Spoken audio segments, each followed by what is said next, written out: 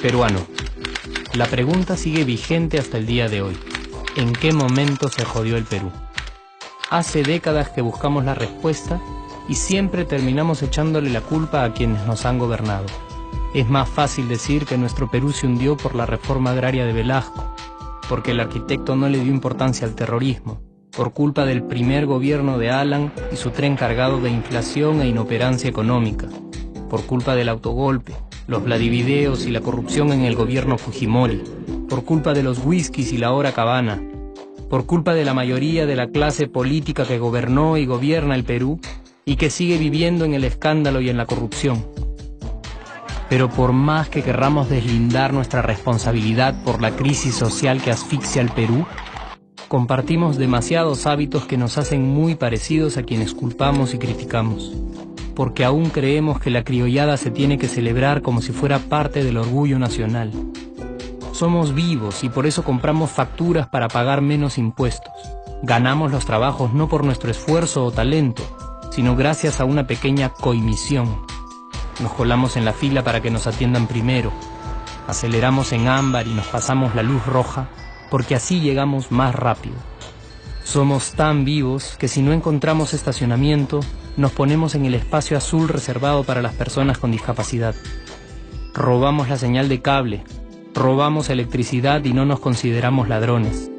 Reclamamos que haya justicia y se acabe la corrupción, pero le pagamos 5 soles a un policía para que no nos ponga papeleta o al juez para que abogue por nuestra causa.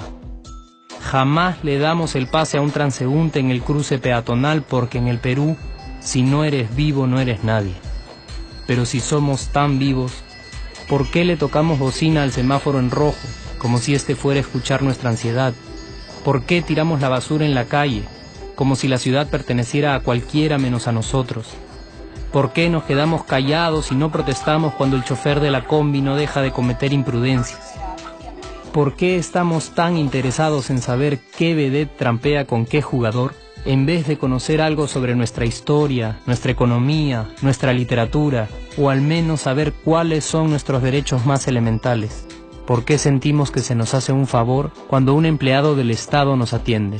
¿Por qué dejamos que un panetón sea el mejor argumento de un político para llevarse nuestro voto?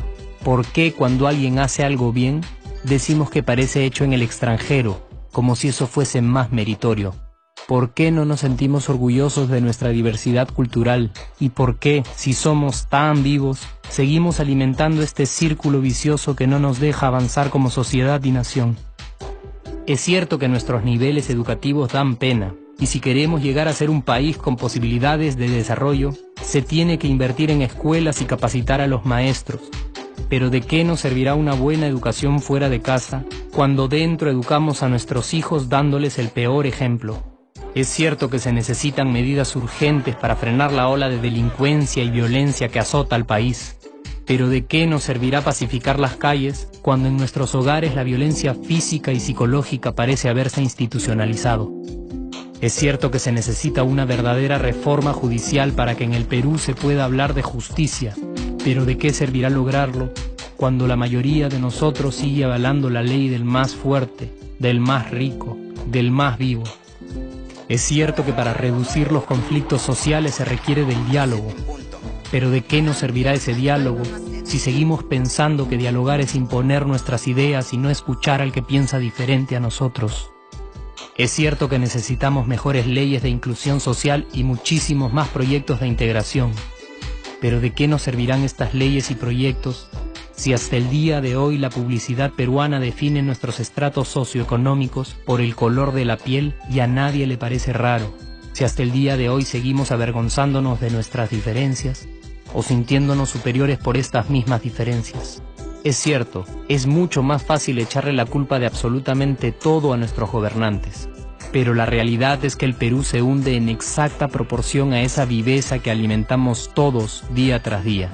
Sí, somos nosotros la materia prima con la que se hace este país, y si no corregimos nuestros hábitos, si nuestra materia prima sigue adulterada, Cualquier producto que hagamos también saldrá adulterado, y por más logros que obtengamos en nuestra economía, en los deportes, en las artes, en nuestra cocina, por más orgullosos que nos sintamos de nuestros representantes, de nuestra historia, de nuestras maravillas o de nuestra creatividad, si no cambiamos estos hábitos seguiremos preguntándonos ¿en qué momento se jodió el Perú? Yo ya estoy harto de esa pregunta. Estoy harto de ver cómo un país con tantas posibilidades y oportunidades, con tantas riquezas naturales y con tanta historia, tenga que seguir viviendo en el subdesarrollo solo porque no nos creemos capaces de vivir de otra manera. Estoy harto de que las desgracias de nuestros vecinos sean nuestro mejor consuelo. Harto de que el sí se puede sea solo una frasecita hecha para un partido de fútbol y que no podamos aplicarla en nuestra vida. Aunque te cueste creerlo, sí podemos. Claro que podemos. Pero depende de que tú y yo comencemos a trabajar en ello de una vez por todas. Porque la transformación del país hacia una nación desarrollada ya no está solo en cancha de los políticos o de los poderosos, y no está en el terreno de los milagros. La transformación del Perú está en la capacidad que tengamos de hacernos responsables de nuestros actos y de rebelarnos contra nuestra viveza. La transformación del Perú está en ti y está en mí, está en todas nuestras organizaciones y en la posibilidad de trabajar juntos con verdadera responsabilidad social. ¿Qué pasaría si cambiamos la pregunta? Si por ejemplo ahora te pregunto, ¿en qué momento se arregló el Perú? ¿Qué me dirías? Aunque te parezca una pregunta demasiado ingenua, tenemos que creer en ella, y la respuesta está en nuestras manos.